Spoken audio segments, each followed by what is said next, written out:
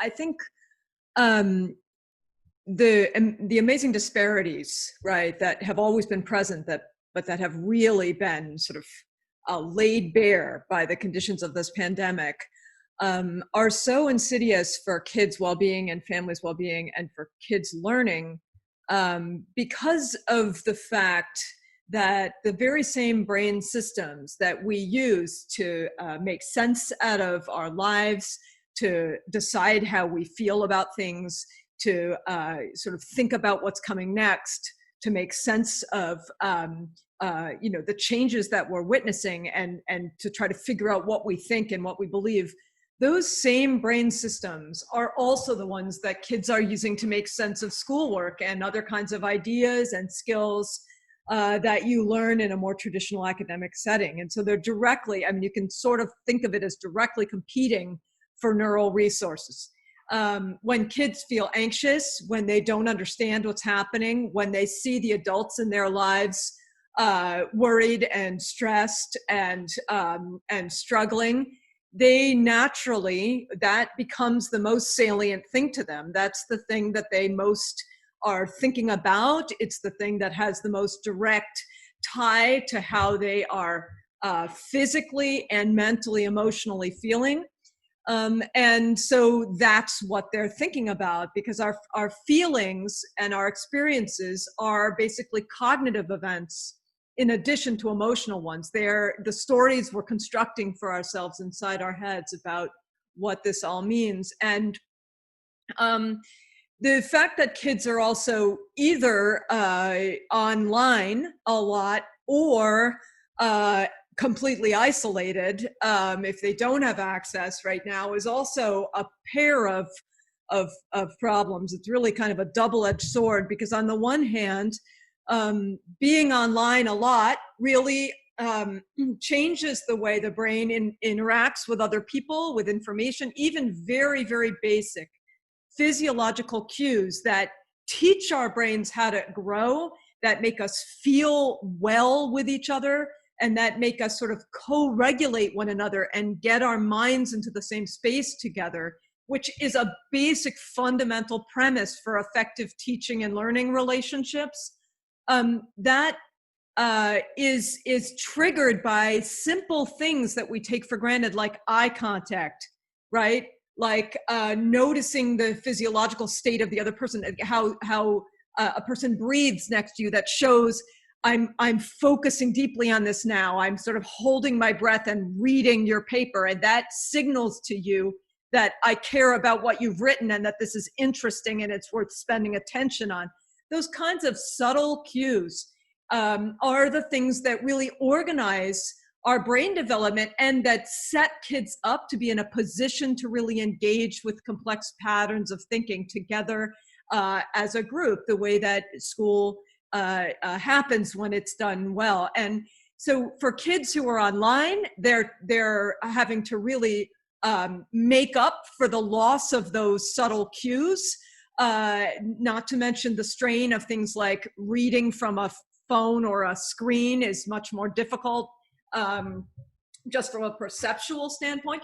And for kids who are isolated, they don't have those problems, but then they have the problem of not being connected at all in conversations that help people to sort of build meaning together, to understand what's happening, to feel like you're part of a community, like you're a valued member of something outside yourself, and like the world is going on and happening, which is a really vitally important force in young people's development. And so we have a kind of Pandora's box here of issues with this online learning. And I do think that there are some very not easy to do, but some potentially straightforward ways that we can start to think about ameliorating this problem. And they very nicely dovetail with the issues that Professor Nogueira, Dean Nogueira, and Professor Harper have pulled up in their conversations.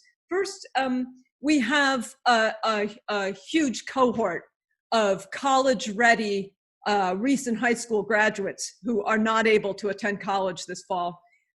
If there were ways that we could tap into those young people and help them to become tutors, teachers, helpers, community activists around education for the kids in their vicinities, or if, for those who can get online, for the kids who can be contacted that way.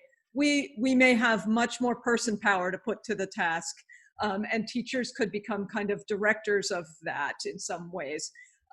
There's also capacity within schools themselves, where young people who are a little bit older, junior and senior high kids, right, have skills that they need reviews on. They need to feel purposeful. They need to feel not like I'm waiting here isolated for the world to reopen, give me something, right? But instead that they have agency to actually build their community during this terrible time period, that they can leverage this for good, and they can develop dispositions of mind that that are like habits for thinking about, how could I help somebody today, even a little bit? What could my skills be useful for? What problems do I see in my community that I might be able to have an insight into or some way to help with, from tiny little things within somebody's own family to things within just your immediate neighborhood or church or community group, to broader than that if you have the resources to go broader. Engaging our young people as a brigade of community tutors for each other would have the triple purpose of helping those young people develop dispositions of mind toward activism, towards against complacency, towards civic duty, right?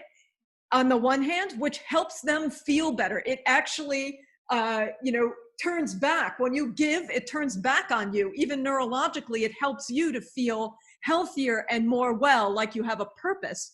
And purpose is one of the things that is so being lost in the space of this social isolation of this pandemic. So it would help our young people develop purpose and feel better themselves. It would help to solve the shortage of people who are able to contribute to teaching and learning activities within communities, families, neighborhoods, and broader networks, depending on the level of resources and online access and things like that. And then third, it provides a much needed review for those young people. If some 10th grader in Algebra 1 is asked to please go back and help this group of second graders think about, the number line and fractions, that's a useful review for them. And we know that revisiting that information, one of the best ways to really come to thoroughly understand something is to teach it.